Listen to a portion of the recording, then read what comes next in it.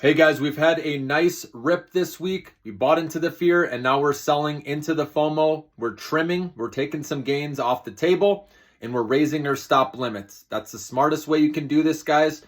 Like I said, you never know what can happen over the weekend. So that's why lock in something. That's what I'm doing. And hopefully you're following as well. Because for example, with Upstart, I've been recommending this a lot in the 30s. It went as low as 32. Now it's back above 38. So you're up anywhere between 10 and 20% if you followed my advice of buying this company or buying this stock. So like I said, you don't want to get too greedy because you never know what can happen next week. I am bullish overall. As you know, I do think stocks can keep climbing into next week, but I would still trim as it goes up. And we don't know if it does rip higher going into the interest rate cut on Wednesday. Then you want to trim some more right before that because you never know if it's a sell the news event. Anyone who says they know for sure it's going to be sell the news, that's a bunch of crap, guys, okay? Nobody knows what's going to happen. That's why we don't try to predict. We react to what the market gives us.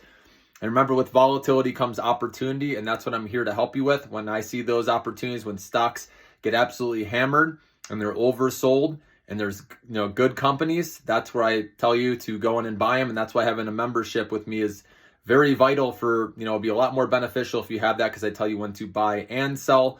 Okay, and I answer your questions more importantly right away because I know a lot of you are different, right? Whether you be day trader, scalper, swing trader, medium term or long term investor, right? I get back to your questions right away and tell you what to do and why. Okay, and that's, like I said, where I think my value is the most. Okay, which most people can't respond that quick, but I pride myself on getting back to you right away. If you guys know I do that, I'll do anything for you guys. I appreciate y'all, okay?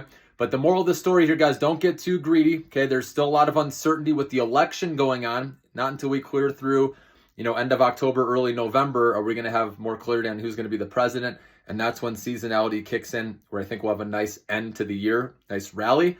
Now, the small caps, I believe, need to catch up. So the big caps may trade, they still will do well with an interest rate cut. And there's more safety, obviously, with the big cap. So I think those can still slowly climb up, but it's the small caps that I feel like will have a nice move here going into the end of the year. And that's why I've been talking about Upstart, IWM.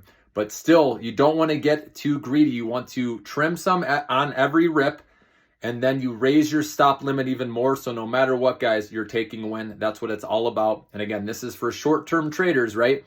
I'm not talking about long-term investors. I have these stocks riding long where I'm not touching them, but my short-term account, I'm going to play them and get in when there's fear, get out when there's FOMO, rinse and repeat.